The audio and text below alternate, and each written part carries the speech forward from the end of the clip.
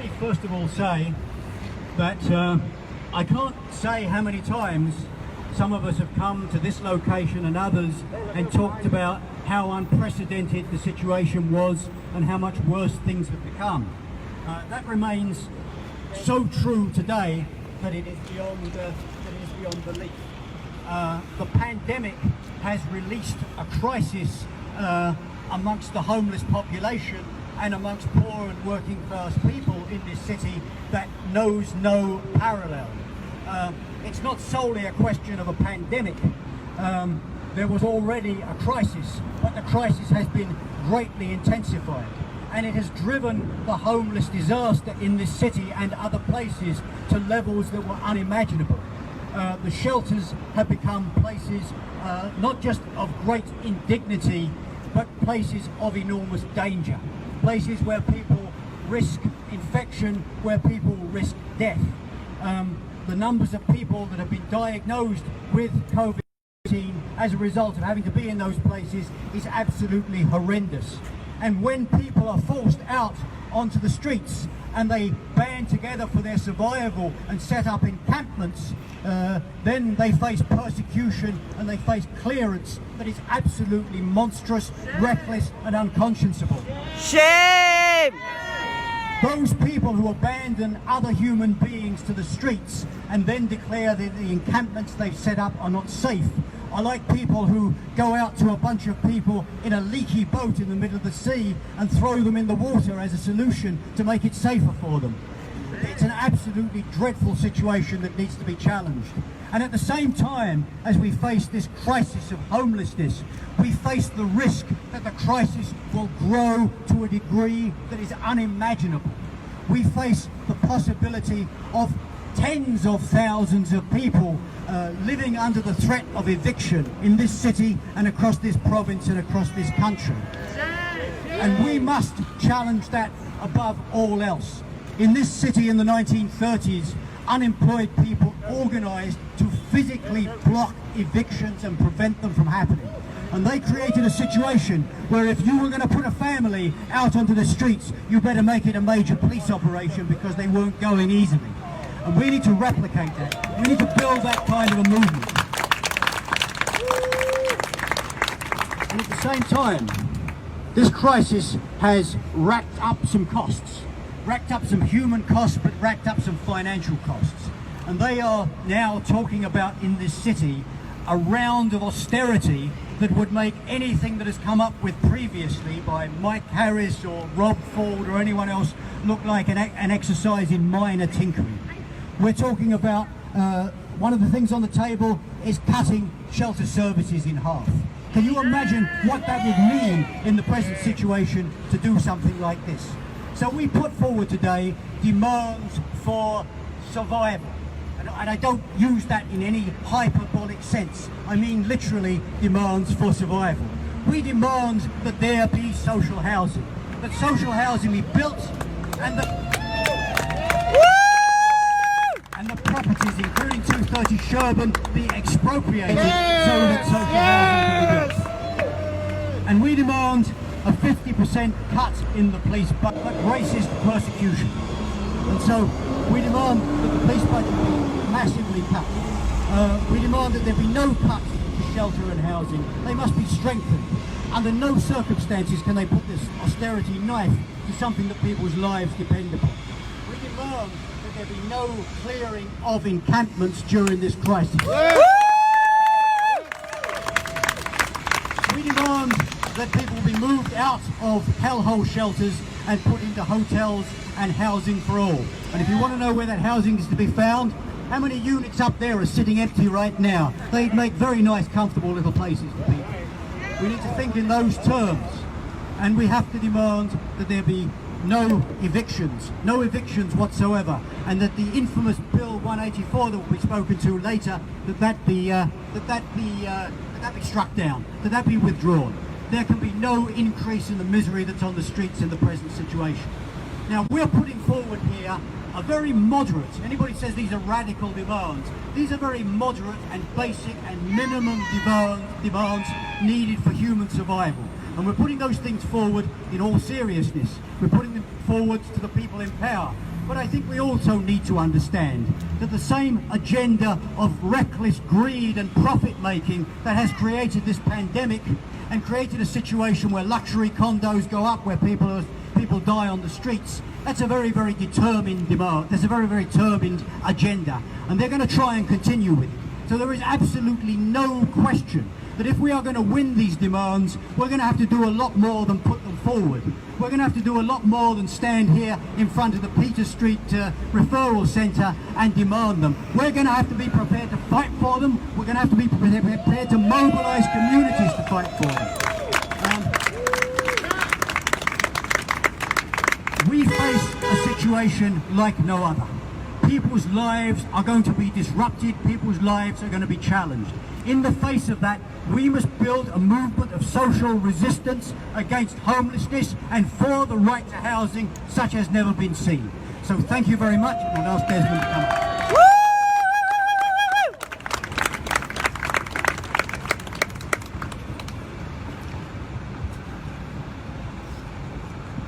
We're outside the 139 Peter Street, homeless shelter downtown Toronto.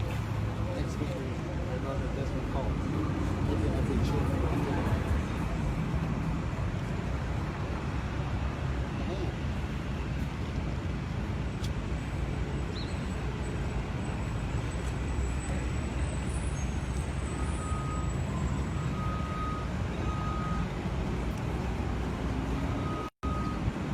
Good morning, everybody. Morning. I want to thank the organizers. I want to thank all of the people who have been, during this pandemic, literally risking your lives, putting yourself and by proxy people around you realistically at greater risk because we don't have any other option when the city refuses, even during a pandemic, to support those who are homeless, those who lack stable housing. When they refuse to do their jobs, it's up to the rest of us to pick up their slack. And I really appreciate the encampment support networks when they see people. When people come down to their stations and make donations of sleeping bags and of food and of water, they tell people we wouldn't even be here. We appreciate your support, but it's the city that should be doing what we're doing. So thank you to all the people in the city of Toronto. Thank you to OCAP. Thank you to these encampment support networks for making sure that when the city fails, someone is there to pick up their slack. Thank you.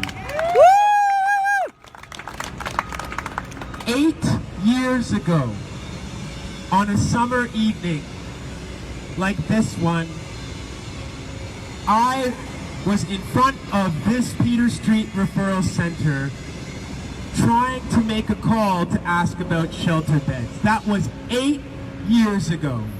I wrote a piece for Torontoist talking about how there was, according to a counselor by the name of Kristen Wong-Tam, no leadership when it came to dealing with the homelessness crisis in the city of Toronto, and that was the reason why 8 years ago there were people sleeping on the night that I was here in this referral center, a place that's supposed to be a last resort for people to even have to sleep in, but there were no beds, so people were sleeping on the floor of the Peter Street Referral Center 8 years ago.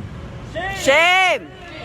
And it makes me think about how when I came to this city, there were people who had started something in 1999 called the Toronto Disaster Relief Committee, because they were saying in the late 90s that homelessness was a crisis, was an emergency situation that needed urgently to be dealt with.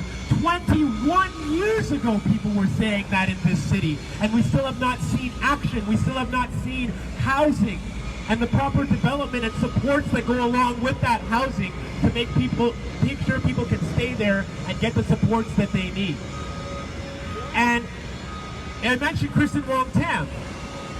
It is in Kristen Wong-Tam's area of Moss Park today that people have to struggle for their lives to be able to stay in the neighborhood that many of them have been in their entire lives, because while Kristen Wong-Tam is sponsoring 10% failing 10% motions to reduce the police budget. It is police in her own ward that are going to evict the homeless at Moss Park. Where are you, Kristen Wong-Tam? Where are you? Yeah. Joe Cressy, who said that you had provided diet beds to the homeless only to see people return to the street the following week or month. Joe Cressy, where are you? Have you been visiting these homeless encampments in your area? Mike Layton, where are you? Where are the people who call themselves progressive counselors and who say in front of the cameras that they're standing up for homelessness? Where are you when people are sleeping rough at night and asking for real housing and Streets to Homes is bypassing them? Where are you?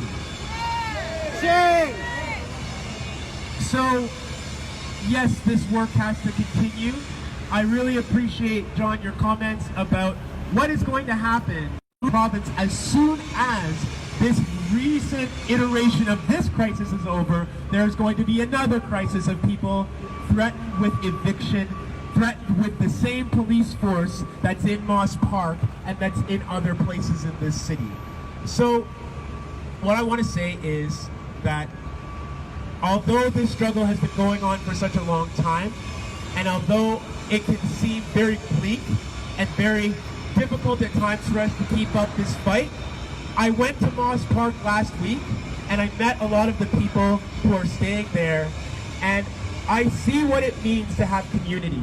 I see what it means to have connections, to have support, to have people coming in to check up on you every day. And to those who are watching this at home, people are sleeping in your local park tonight. People are sleeping in your neighborhood where you live. And there are people who are sleeping up above them, 10, 15, 20 stories, who can see them sleeping rough in a park. Bag, offer food. Yes. Yes. Is not a safe and okay place for them to be in. They're encroaching on somebody else's space. They can encroach on the sidewalk and the road so that people can have dinner during a pandemic instead of eating inside. We see how easily the city can create space when they want to, for whom they want to.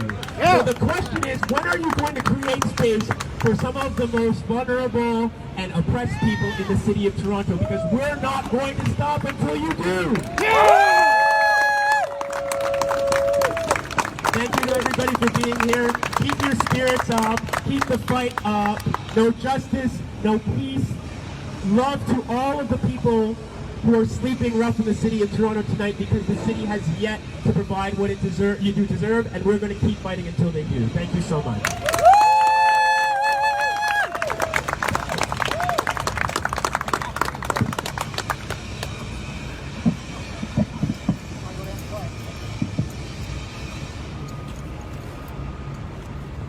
Hi everyone, my name is Ashley and I'm a member of Parkdale Organize. So my neighborhood of Parkdale has had a hard decade. I've seen too many of my neighbors removed from their homes, and so while this eviction crisis has now become a topic of discussion across this city, we all know the neighborhoods that have been facing and fighting these crises of displacement for years. We've seen the slumlords of Parkdale's past be replaced by corporate giants. Vehicles for financial speculation like Achilles, Timber Creek, Starlight. So while our buildings might have become rent increases. Shame! We saw Metcalf try to clear out our neighborhood with AGIs. We see Timber Creek, who has recently come in and bought up several buildings in our neighborhood, now engaging in a campaign of mass evictions. Shame! We see Starlight aggressively purchasing up not just what buildings are left in our neighborhood, but entire cities, like Yellowknife, which is now completely under their control. Whoa. And no petition, no advocacy, no spokespeople are going to be able to defeat this process that we find ourselves in. All of this occurred before COVID-19. And so when COVID came and we saw mass unemployment, no rent to be found, and isolation spreading across our city, we saw that the city, the whole city, was now facing the pressure of mass displacement that we have been organizing against in Parkdale for years.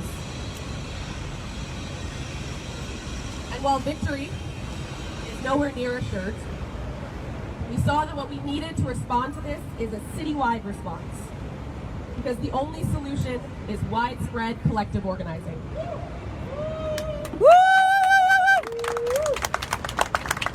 Deep-rooted engagement in the working class neighborhoods that are the sites of these struggles.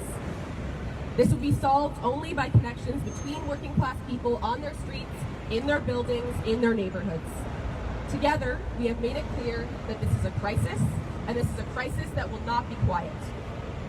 We have all heard what has been said about keep your rent, that organizing is dangerous, that taking action is dangerous. Just sign repayment plans, pay what you can, just keep quiet. But we have all seen where the real danger lies, and it isn't in taking action. It is allowing ourselves to be isolated and alone, to be picked off slowly and quietly, to see furniture on the curb and one more neighbor gone with not so much as a sound. This is the quiet destruction that has led us to an edge of a cliff in Toronto. And this is where we stand now. So now it's very clear. Doug Ford's claim of protecting tenants, that no one will be evicted, of just talk to your landlord, it wasn't just a lie, it was a scam. Yep. Yep. Fuck Doug Ford! It was meant to lull tenants into their most vulnerable position, so that when predatory legislation like Bill 184 is passed, as it was yesterday, tenants are not only in the worst legal spot they could be, but they're too scared and too defeated to respond. But in that goal of defeating us, they have failed. Because what we have seen in the past 4 months is a surge of neighborhood organizing across this city. Woo!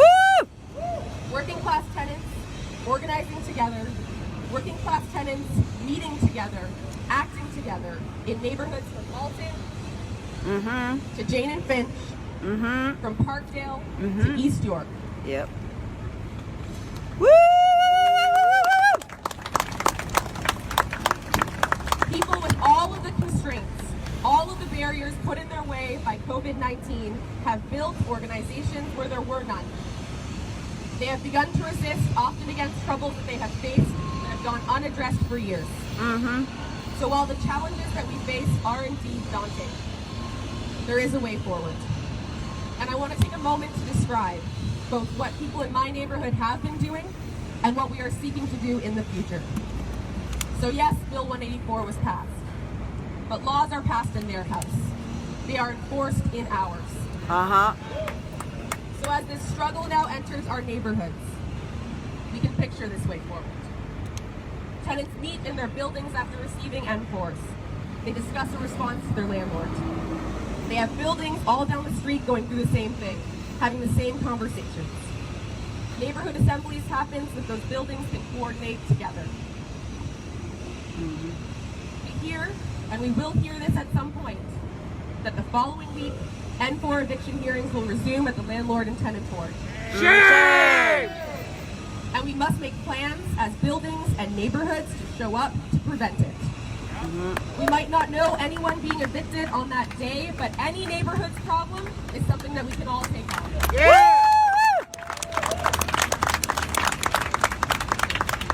Tenants have been reaching out for weeks now to OPSU workers to tell them that as their job as public service workers, they must refuse the work of mass evictions at the landlord and tenant board. And when evictions resume, we will be depending on those OPSU workers to refuse to participate in mass evictions in our city. Yep. Hundreds of tenants from across the city will show up to flood that space, and no evictions will be ordered on that day. At the same time, we might hear that back in our neighborhood of Parkdale, an eviction will be enforced the next day. So we will reach out to our neighbors. We will create a schedule for people to be present. We will reach out to nearby neighborhood organizations and let them know that we might need support.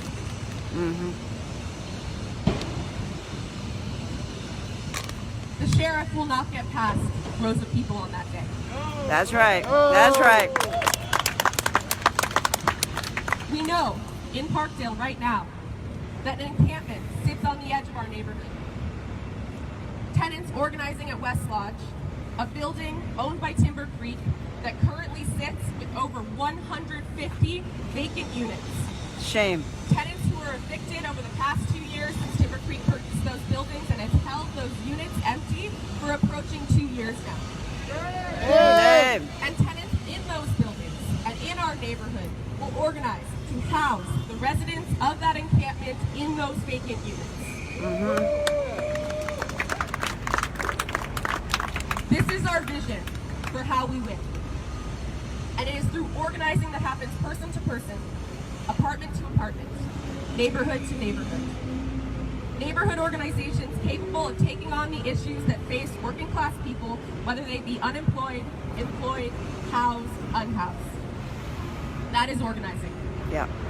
It can mean more than that, but it cannot mean less than that. Organizing and resistance to what will come cannot be hypothetical. It cannot be the work of representatives or specialists. In the last few months alone, we have seen that there is an appetite for this organizing in working class neighborhoods across this city. That people across Toronto who have never been involved in something like this before are seeing the ways in which they can organize together and take power into their own hands. Woo! The dangers that we face are real. The difficulties that are coming are real. But the strength and intelligence in our neighborhoods are equally real. When they come for us, when they come for our homes, when they come for our city, what they must be greeted with is the full force of organized neighborhoods ready to resist them.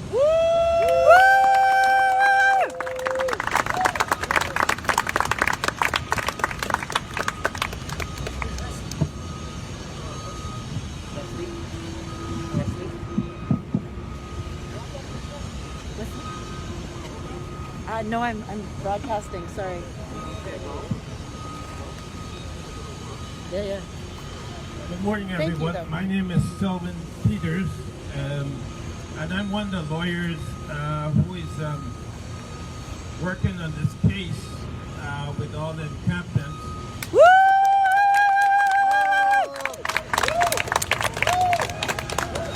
And I want to thank OCAP and COPS for spearheading this. Because certainly the persons that are living in those parks now, through no fault of their own, they have charter rights too. The charter protects them as much as it protects all of us. And so we have set an aggressive litigation schedule in this case so that this matter can reach before a judge and a possible injunction could be granted so that those persons are not uprooted involuntarily from their encampments. That's right.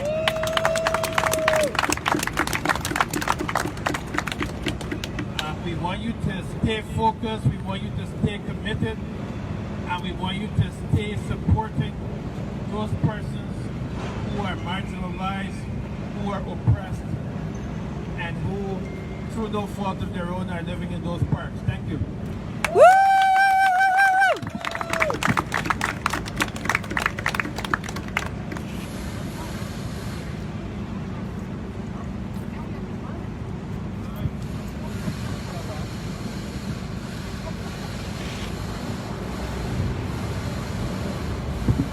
Good morning. My name is Greg Cook. I'm an outreach worker at Sanctuary and a part of Shelter and Housing Justice Network. Woo! It's an honor to speak to you this morning, and to be with each of you. It's an honor to speak with the many people that have already spoken and represent decades of wisdom and experience. Being here, I think of the many vigils and speakouts that I have participated in here. I think about the thousands of people displaced and pushed out of housing who make their way here looking for support, a bed, a chance to survive. Behind me is the Peter Street Referral and Assessment Center. It's only about a decade old, and in that time has become busier and busier and become less and less welcoming. Desmond already mentioned this next part that I'm going to talk about, so I apologize. A little less than 8 years ago, in October of 2012, the remnants of Hurricane Sandy ripped through these streets. Before the storm arrived, the mayor, Rob Ford, encouraged people to have 72 hours worth of food at home and mobilized emergency plans for middle class and rich Torontonians. Many people without housing, meanwhile, couldn't get a shelter bed. Shame. A talented journalist named Desmond Cole wrote an article for the Torontoist about it called "No Leadership," on emergency planning for homeless. At the top of the article was a photo of a crammed lobby, faces blurred. At the time, the city didn't release daily stats on how full the shelter system was. But as outreach workers trying to ensure people had access to a bed at night, we knew it was full, because that's what we heard over the phone lines. I quote from the article. A manager at Shelter Support and Housing told us that the city opened up 41 of its 165 emergency beds during Monday night's storm. Curiously, the manager also stated that there were also vacancies remaining in the permanent shelter system as well. End quote. When we called 311 in the early hours of Tuesday morning to ask for shelter availability, we were told that there were no beds available citywide and that those looking for relief should make their way to the Streets to Homes Referral Center at 129 Peter Street. Staff at the referral center were unable to comment on availability of beds, but they were overheard telling patrons that no beds were available. People seeking refuge slept on the floor of the lobby or in chairs. Later in the article, Desmond quotes Michael Shapcott. The city clearly doesn't have the capacity to deal with a major weather crisis or a significant emergency. You can see it again, of course, during this current pandemic. A few months later, during the cold weeks of January, we noticed that the lobby continued to be packed with people sleeping on the floor and chairs. After a cold snap and the city declaring a cold alert, we raised concerns with city staff and local councillors. In response to photos published in Now, the city put up opaque film you see on the windows behind me. In an article for Now written by Ben Spur and published February 7, 2013, Doug Johnson-Hatlam stated, "They're trying to hide the problem instead of fix it." 7.5 years later, very little has changed with how our government continues to treat people who are poor and racialized in our city. Meanwhile, the housing crisis has gotten exponentially worse. I'm not sure if the term housing crisis is accurate.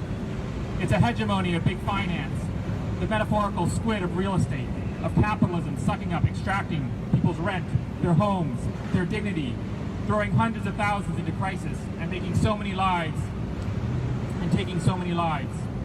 When it comes to uploading millions to corporations and developers, our government excels at providing leadership. But for people trying to survive in the parks and on the streets, it's nowhere in sight. They'd rather just try to hide and erase people. In the last 10 years, rental costs have doubled. A decent bachelor has gone from $900 a month to $1,800. In 2010, it was possible to find a room to rent for under $600. Now you have to pay around $1,000. In 2010, OW, or welfare, was $592 a month. This year, it's $733 a month. In 2010, ODSP was $1,053 a month. This year, it's $1,169. In 2010, minimum wage was $10.25 an hour. Now it's $14 an hour. And we've had to fight for every fucking cent. Yes? Fuck yeah! I'm bad at math. I'd argue I don't need good math to figure out that things have gone from ugly to I don't even have words anymore. 10 years ago, there were less than 4,000 shelter beds in the system. In January this year, there are almost 8,000. The city's still pretending there's lots of space. It's still obfuscating and being opaque. Daily now, when we call, we are told by central intake that there are no beds. Call back later. 10 years ago, none of these luxury condominiums were here. This glass box above this old factory building didn't exist. On the top floor currently, Sweeney & Co., an architecture firm, offers some style to rapid gentrification. It's important to name and describe what the real problem is here. This powerful monster that displaces thousands and regularly is fed by the government. People living in tents and parks aren't the problem. Those forced into warehouses of crammed beds with only feet apart to sleep at night aren't the problem. The invasion of financialized housing into poor, working class, and racialized communities is the problem. So quote from Atkinson, gentrification is when earlier residents and small businesses are commonly displaced as rents and other costs of living and conducting business increase. Tensions among the older and newer residents rise. Affordable housing declines, homelessness grows, and the area becomes less racially, ethnically, and socioeconomically diverse. This is destroying the fabric of our communities. It's facilitated when the city moves shelters away from people's communities and supports, when they displace people from Moss Park to Kennedy and the 401. The problem is when NIMBYs refuse to let social housing or shelters be built in their neighborhood. Yep. Fast forward to the present, 4 months into a global pandemic.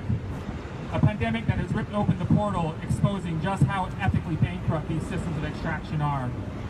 The inner workings of our real estate and rental systems that threatens to evict thousands more as Doug Ford passes Bill 184. The hidden documents on shelter bed spacing and number spinning are being exposed as we cross-examine the city bureaucrats in court with the shelter litigation. The bloated $1.1 billion Toronto police budget that John Tory and city councillors are unwilling to cut while threatening to cut shelters by half. Talk about it. Let's be clear. The police are out here every day harassing and brutalizing Black and Indigenous bodies as a means to uphold this racist system. Shame. Amidst all this violence and oppression, the pandemic has also uncovered the growing networks of care and solidarity that take our responsibility to each other as a loving and joyful practice. Handing out water in tents, offering a shoulder to cry on, holding vigil whenever our friends die of an overdose, fighting each day for safe supply, to abolish the police, for hotel rooms, so people can physically distance and escape the dozens of outbreaks in the shelter system, to fight for permanent housing, to fight for life. I'd like to finish my talk by reading the names of those who have died in the last 4 months during the global pandemic, and to end with the moment of silence. This is not at all a complete list, but I feel it's important to mourn the dead and fight like hell for the living. Yeah. April 13, Al Conan. April, John Doe. May 1st, Adam Robinson. May 5th, Joseph Chavala, the first person in the shelter system to die of COVID. May 8th, John Doe. May, Flex, died of an overdose in the temporary apartment complex over the city. May, Quincy Williams. May, Daryl Manass. May, John Doe. May 27th, Corey McIntyre. May 31st, Wayne Hollywood died of an overdose. June 9, Jane Doe. June, a woman died in a tent under the Gardner. July 10, Michael Paul O'Hare, known as Shaker, died of an overdose in an encampment in Trinity Bellwoods Park.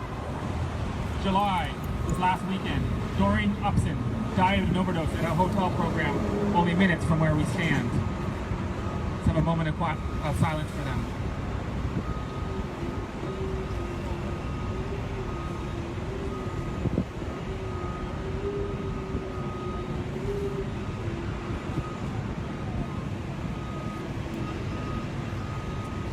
Thank you.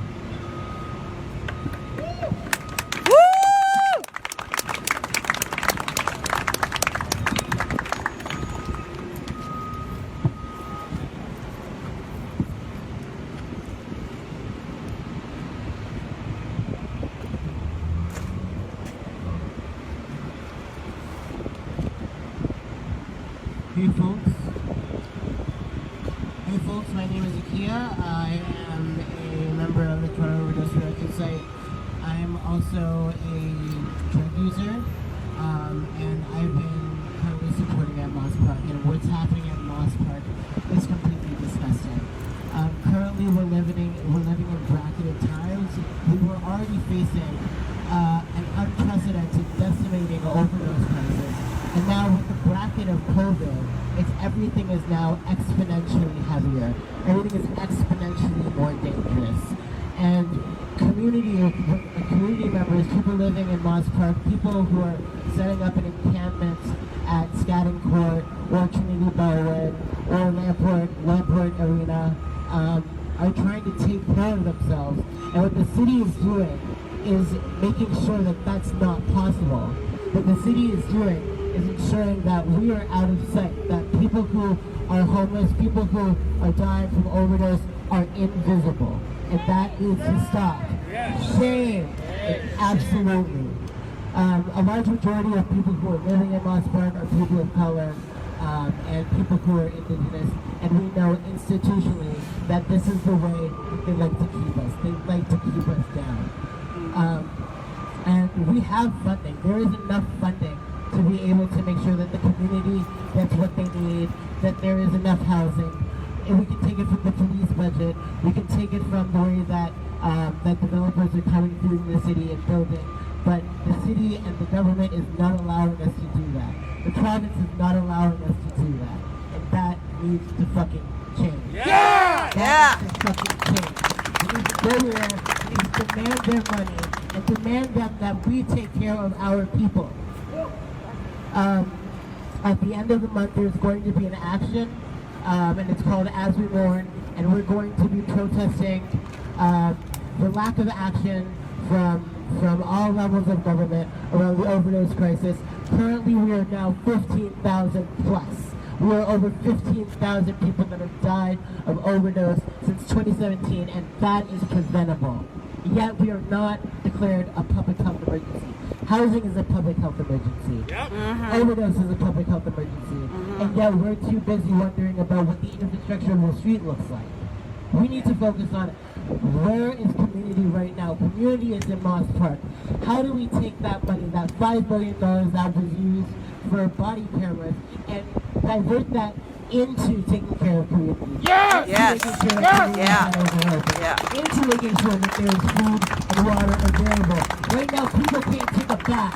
People cannot take a shower. We are treated in such inhumane ways that we have to go into an alley to use the bathroom. And this is the view that the city has on people who are not capitalizing for that. And that is a problem. Yes. The way that the Toronto Police Service has been decimating our communities, the way that we have been targeted and that we are being murdered is all connected. It's all connected to the value that they have on us, or the lack of value that they have on us. Stage 3 hits, and that's when they don't want to see us. And they only don't want to see us. They only see us when they don't want to see us. And it's not lost on me that as soon as stage 3 hit, they decided to clear Moss Park. Basic classism. So we need to make sure that when we're called, we stand in solidarity. We need to make sure that when we call, we're there. We need to make sure that we stand up for our people. We are there for our people, and we are willing to physically leverage our bodies for our people, because we have that privilege. Thank you!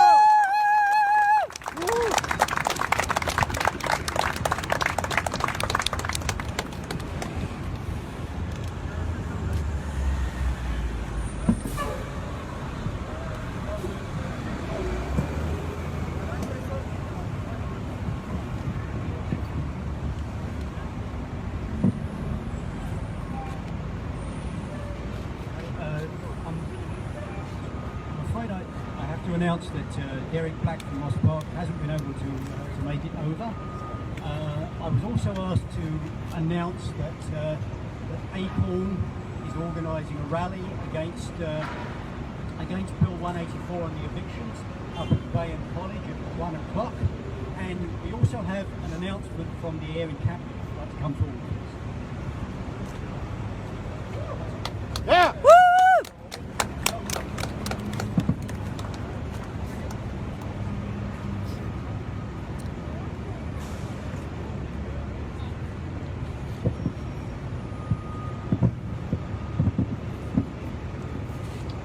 Hi, good morning, everyone.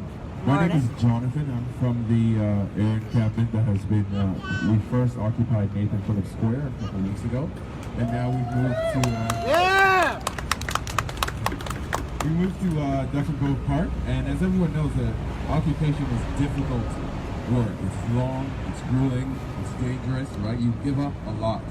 We call it the dead zone because our cell phones are constantly dead. We just don't have power. But what's happening with the encampment right now is we're also facing eviction again from the city. And so what we're doing this time is we're saying we're not going to move, we're not going to give up, we're not going to let them do this. So what's happening is tomorrow they're coming to raid, and we're going to stand and fight. And I don't know if I should say this, but we're going to have a party all night long to make sure that this is going to be, if it is our last days, a good last day. So please come out, everyone. Definitely Grove Park. Thank you.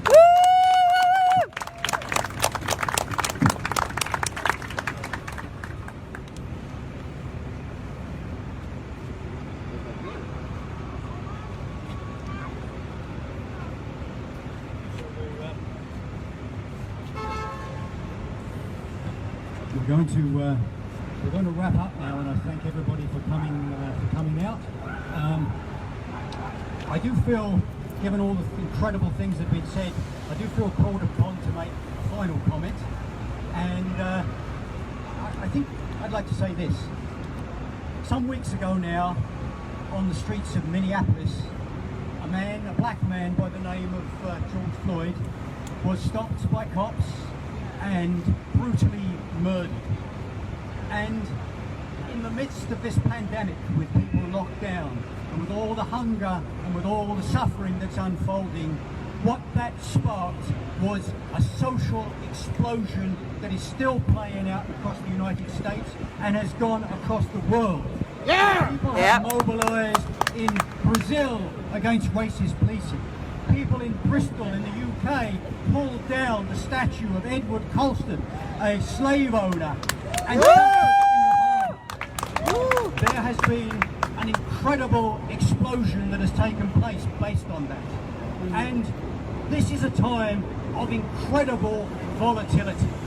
We've lived through long decades where they've cut things, where they've attacked us, and it's gotten worse and it's gotten worse. And all of a sudden, the scale and the intensity of the attacks reach levels that we never imagined. But let's understand, we talk about evictions, probably one of the great touchstones of struggle that's taking place at the moment.